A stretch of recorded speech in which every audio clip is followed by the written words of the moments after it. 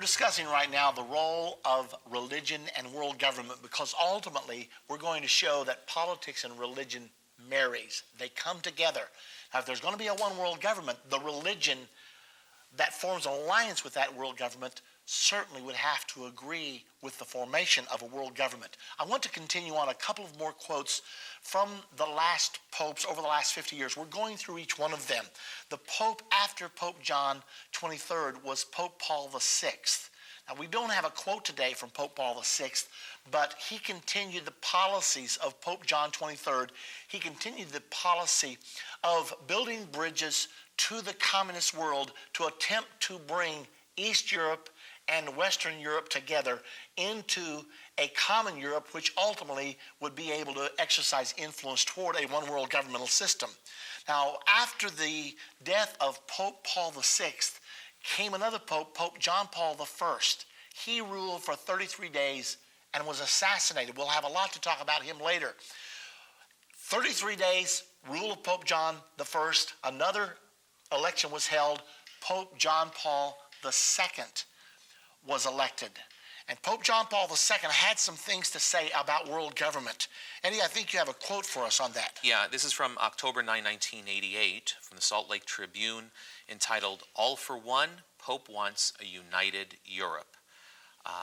Pope John Paul II, condemning murderous totalitarian ideologies, appealed to European Economic Community leaders for world unity with citizens of the Soviet bloc. Okay, so he encouraged them to work for world unity with citizens of the Soviet bloc. Now, would you please roll your clock back and remember this was 1988. The Berlin Wall had not come down yet, but it was in the works, it was in planning. And so the Pope in his speeches was sowing the seed. It's time for the peoples of Western Europe to start working for unity with Eastern Europe. We actually have watched that happen. It's according to the prophecy of Revelation 13. Remember the prophecy of the combined beast, the body of the leopard, the feet of the bear? Here you see Russia being joined into a unified Europe. So the Pope's vision was very much on target with what the prophecies of the Bible actually say will happen. And he was advocating this way back in 1988. So they have continued even since the early 50s to push for one world government ever since the formation of the United Nations. Now, the next quote is the most chilling one of all, and I think this really expresses what is really being believed here. This is a quote from Peter Boylan.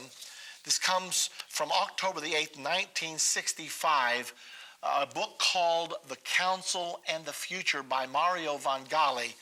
And this, Peter Boylan was the Bishop of Verdun, France. Listen to what he said about the necessity of world government.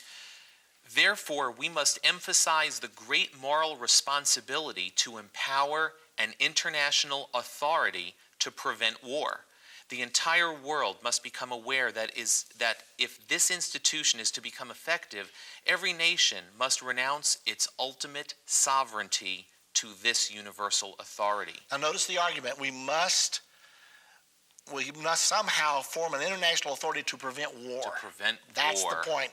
The Antichrist will buy peace, destroy many. We must prevent terrorism. We must prevent war. And how do you prevent war? You have to eliminate political conflicts, religious conflicts, economic conflicts. And he says here that every nation must renounce its ultimate sovereignty to this universal authority. And then says, this is an obligation! Exclamation point. This is the Bishop of Verdun, France, one of the influential cities of Europe. And he is advocating this, but we shouldn't be surprised because his Pope is preaching the same message. If nations, if rulers of nations, if public opinion will not accept this renunciation of national sovereignty, then they are really voting for war, however beautiful may be their speeches on peace. That's the part that really scares me. If you do not believe in renouncing the sovereignty of your nation, if you do not believe in one world government, you are voting for war. You are a warmonger. We don't care how much you make speeches on peace. Is this what he said? I want to read it one more time. If nations, if rulers of nations, if public opinion will not accept this renunciation of sovereignty, then they really are voting for war, however beautiful may be their speeches on peace. Now, Irvin, while this was all happening, the Vatican, the popes recognized that communism was taking over the world. I mean, by 1962, it was recognized that communism had ruled 50%, was ruling 50% of the world, and that number was growing. I think it was 20 years prior to that, communism only ruled 6% of the world's population. Now here we are in 62, and they've got 50% dominance over the entire world. So in 1942, which was at the beginning of World War II, the communists ruled 6% of the world's population. Yes. By 1962, 50%. Now, Pope John XXIII, who was the Pope of the Roman Catholic Church at the time, read the political landscape, and he's watching this huge red wave as it's sweeping over the world, and he concludes that communism is going to rule the world. At that point, he had a choice. Do I lead my church to fight this red plague and probably be swept away and destroyed, or should I try to form some kind of a partnership with communism and move toward an alliance? Well, he opted for the latter. This was about 61 or 62. He appointed a rising diplomatic star in the Vatican court to build bridges to the east. This man's name was Agostino Casaroli. And so he began work in about 1962 to build these bridges. This is going to be very important to you later on. Now remember all the quotes that we've given you from the popes advocating one world government. And now remember that Pope John XXIII has decided that one world government will be dominated by socialism, not free enterprise and democracy. Therefore, we must move to make some kind of an accommodation with this. So what in fact does happen? Well, I was following all these things. I was reading all these things during this time period. I'll never forget the day in 1978. I was riding through Chicago. I was listening to WBBM Radio, which is an all-news station there in Chicago. They were interviewing a man who had just published a book. Well, the title of the book caught my attention, The Final Conclave. I knew that a conclave was where they elect a pope. But the final conclave, that means the last ever election of a pope. And the man who wrote this book was a Roman Catholic priest, a Jesuit, and one of the most prolific and well-known writers among the Roman Catholic faith. He had my attention.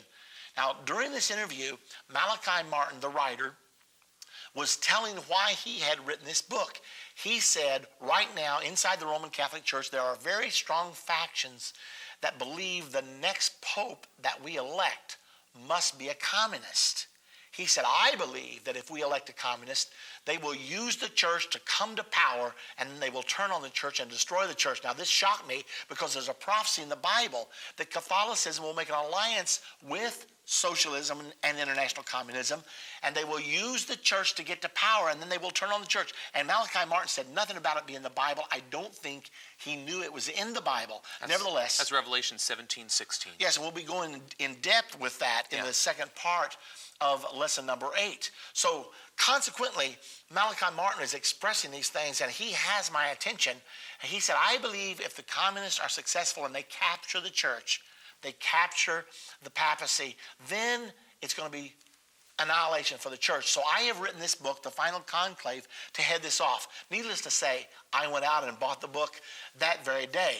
But then I watched carefully because Malachi Martin on the program had stated that Pope Paul VI, who was Pope at the time, was terminally ill. Everyone knew it. They knew he was about to die. So they knew there was a conclave, an election coming up, and there was a tremendous jostling for position inside the hierarchy of the Roman Catholic Church. Well, the news came a few months later that Pope Paul VI, in fact, did pass away, and I followed with tremendous interest the next conclave. Does the pro-Marxist Pope win? Does Malachi Martin's man win, who would get the church out of politics and return the church to its true spiritual mission? Well, finally, after the election took place, the white smoke came out of the chimney of the Sistine Chapel. They said, we have a pope.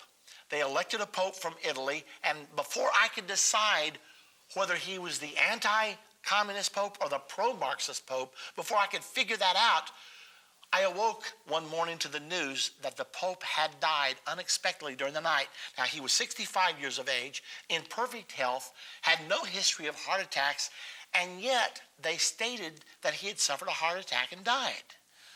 Well, immediately knowing about the inner workings and the struggle that was going on inside the church, the little beeper in my brain went off and said, could this be an assassination? Now, I didn't know anything. I couldn't answer that question. However, 3 short months later, a book was published which actually stated that the Pope was assassinated. Now, back to Malachi Martin, because there's something you need to know. Malachi Martin, who wrote the book Final Conclave, was an intimate friend with Pope John XXIII, so he knew the inner workings of the church. He also had taught as a professor at Vatican College. So this was no novice, this was no outsider, this was an insider in the Roman Catholic hierarchy. So when this new pope is elected and then assassinated 33 days later, an article, actually a book appeared called In God's Name by David Yallop, and they insisted that the pope had been assassinated. A few weeks later, another book appears called Pontiff by Gordon Thomas and Max Morgan Witz. They too said he was assassinated and gave incredible detail as to why they knew this pope was assassinated.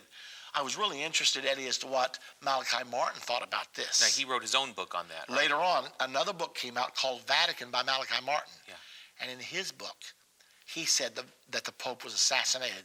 We had Malachi Martin on our program one day, and I took the opportunity of him live on the air on Politics and Religion, which is our daily radio talk show. I said, Malachi, tell us, you say in your book Vatican, which is couched in fiction, that the Pope was assassinated. Was he, or was that just a story? He said, there's no doubt in anybody's mind, if they know what's going on inside the Roman Catholic Church, that he was assassinated. Now, why should we believe that Pope John Paul I was assassinated? Well, the day that he died that night, he had taken some very unpopular moves. Apparently, this was the Pope that Malachi Martin hoped for that would cleanse the church of corruption, because that day he had ordered the removal of Paul Marcinkus as head of the Vatican Bank.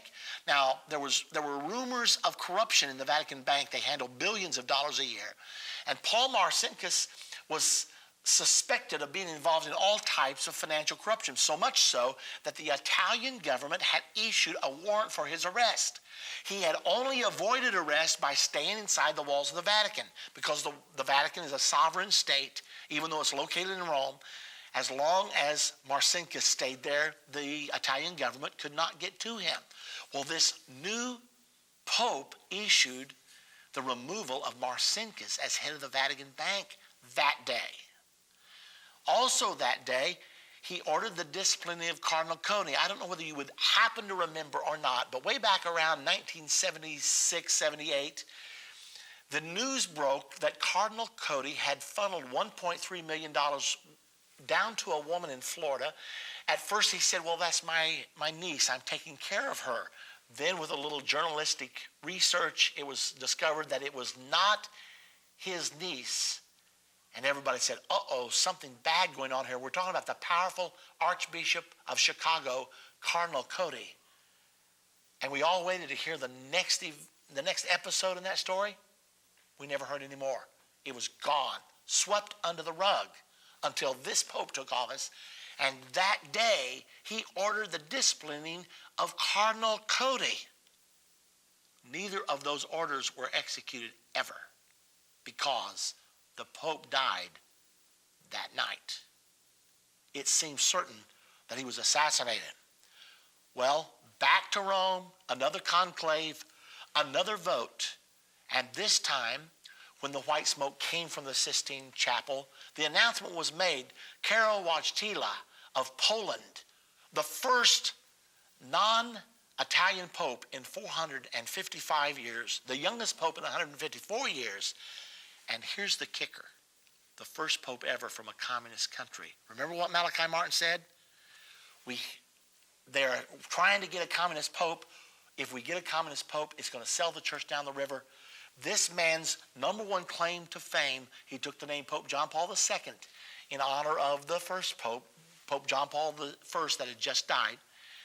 And when he took this name, then he continued on with pro-Marxist policies.